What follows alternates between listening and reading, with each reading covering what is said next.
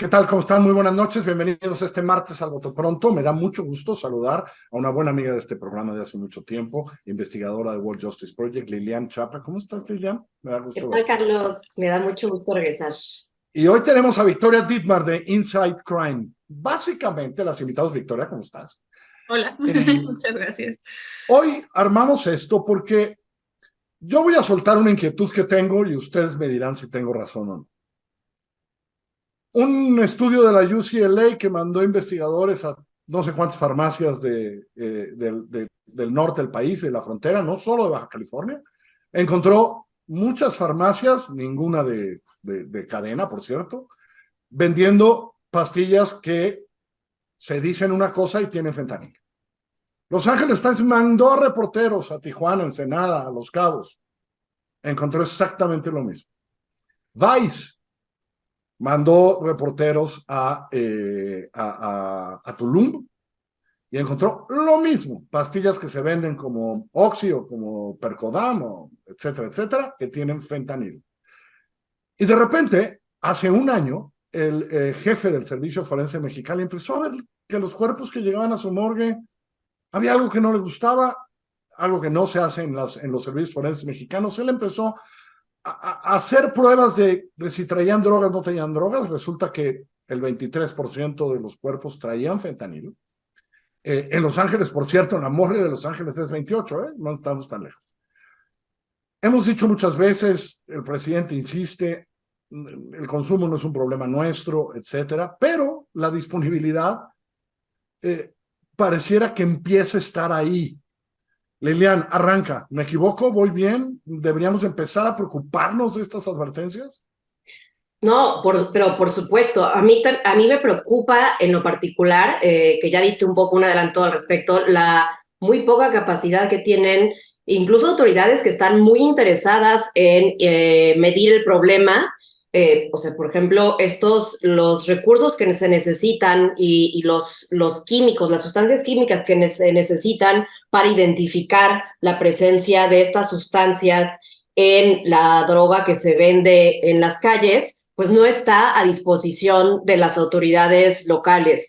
La federación yo creo que podría aquí pues sí tener muchos más recursos para tener estos reactivos, pero pues las autoridades que están en contacto y que hacen la mayoría de las detenciones o incluso que atienden a personas que ya están con un problema de abuso o sobredosis o lo que sea por consumo de estas sustancias, pues son autoridades locales. Y lo primero que hay que decir es que pues faltan muchos recursos para darse una idea de la dimensión del problema. Aquí lo hicieron pues medios de comunicación y una universidad en una investigación sistemática, acudiendo de manera ordenada a farmacias e identificando ahora sí que cada pastilla, de dónde vino, etcétera, o sea, de qué farmacia fue comprada, y se pudo hacer un diagnóstico de qué vende cada quien. Pero no hay un diagnóstico hecho por autoridades mexicanas con esta seriedad y con esta sistematicidad,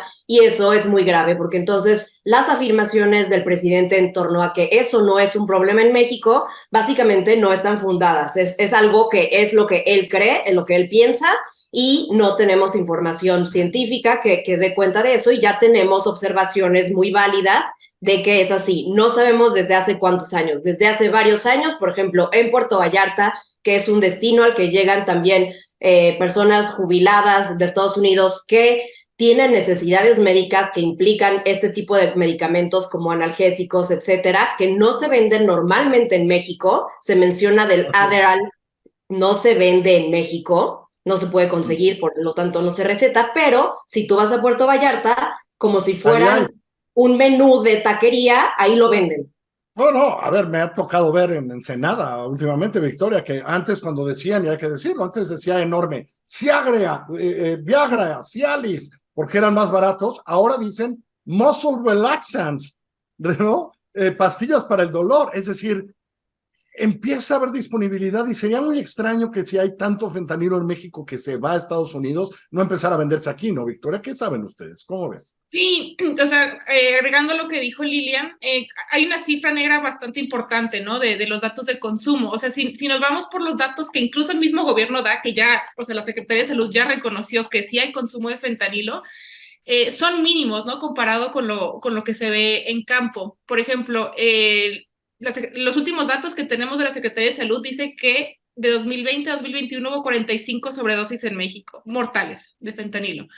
Pero si tú hablas con personas que atienden a usuarios de fentanilo, están seguros que el número es mucho más alto, ¿no? Por ejemplo, eh, este caso del médico de Mexicali que mencionabas, hablé con él el año pasado justamente sobre este tema porque pues él estaba levantando Ah, las alertas. mira.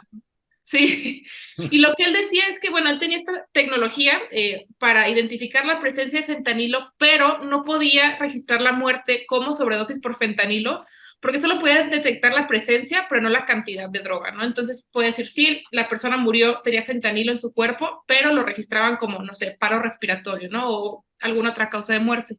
Entonces, él sabía que había sobredosis de fentanilo y no las puede registrar como tal. Entonces, si hay un caso así pues en una localidad en donde ya hay esta tecnología, pues hay un montón de de otras ciudades donde sabemos que hay un consumo de fentanilo como Tijuana e incluso ya como Culiacán, en donde no se están registrando la sobredosis, ¿no? Entonces sí tenemos una cifra negra muy importante y además eh, los datos que tenemos ahora son de personas que buscan tratamiento, ¿no? Pero hay muchos que no buscan o incluso que no saben que lo están consumiendo, ¿no? Entonces, definitivamente el problema está y como dice Lilian, no sabemos la magnitud hasta ahora. Además, este es un problema, ¿no? No hemos hecho encuesta de adicciones este sexenio, ¿no, Lilian?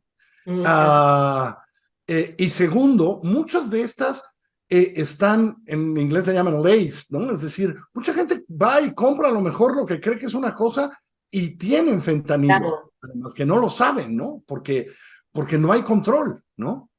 Así es. Y aquí, o sea, el peligro del que hablan los reportajes a los que nos referimos, pues es que se venden en empaques que son falsificaciones de los originales. O sea, aquí, en este caso, hablamos de personas que fueron a comprar un medicamento quizá para el dolor y que, pues, en una etiqueta, pues, o sea, les dieron gato por liebre, les engañaron y además venían con un ingrediente que es letal si se abusa y pues obviamente estos laboratorios clandestinos que muy probablemente están llenos de recursos de los cárteles de la droga que ya encontraron además en las drogas sintéticas y en el fentanilo una forma de pues generar más recursos y ganar más recursos porque es mucho más barato y pues estamos viendo ya cómo estos cárteles de la droga incursionan en un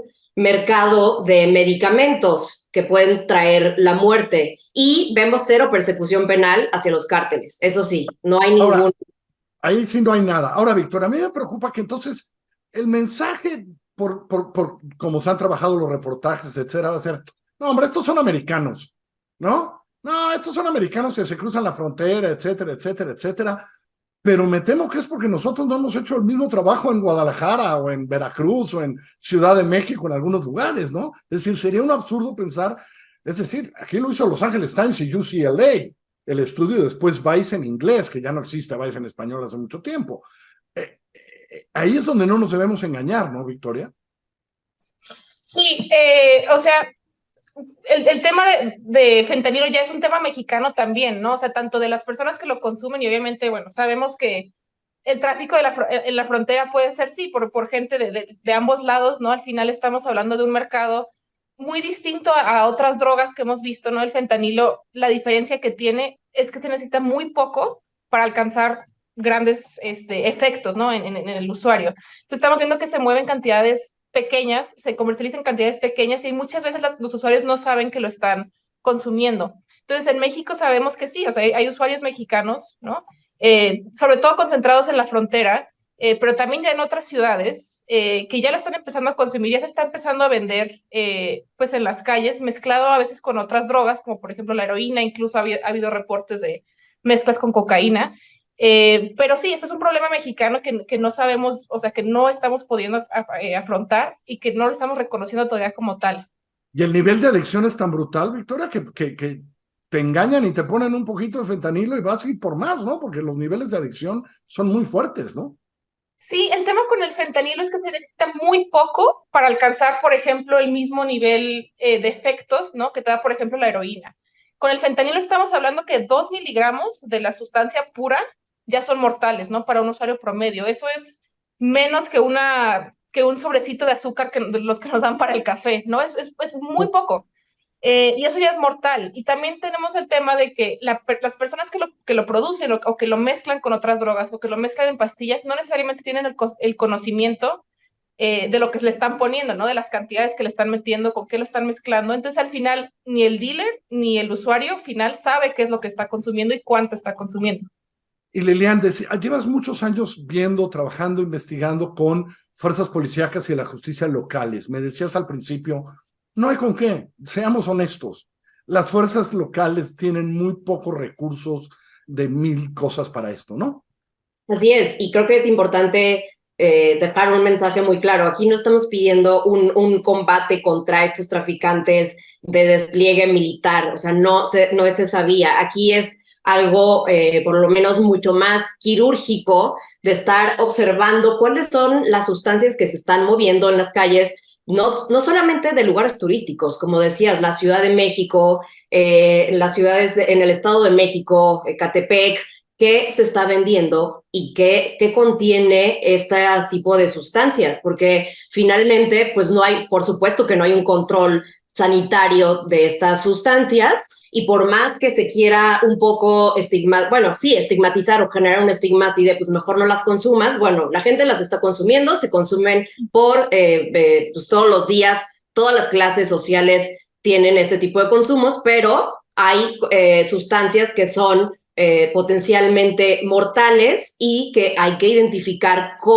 en laboratorio con métodos científicos qué es lo que está en las calles y qué es lo que puede envenenar a nuestra población, a la gente, ¿no? El grado de peligro del fentanilo cuando no sabes cuántos miligramos estás dando, etcétera, etcétera, eso es lo que hace esta droga. Pues eso qué es, ¿no? Ciento y pico mil de muertos por sobredosis. Al año. No, y que tiene mucho que ver con que no sabes qué te están dando. Victoria, muchísimas gracias, Lilian, muchísimas gracias a ambas dos. Que tengan un buen martes. Muchas gracias. Hasta luego.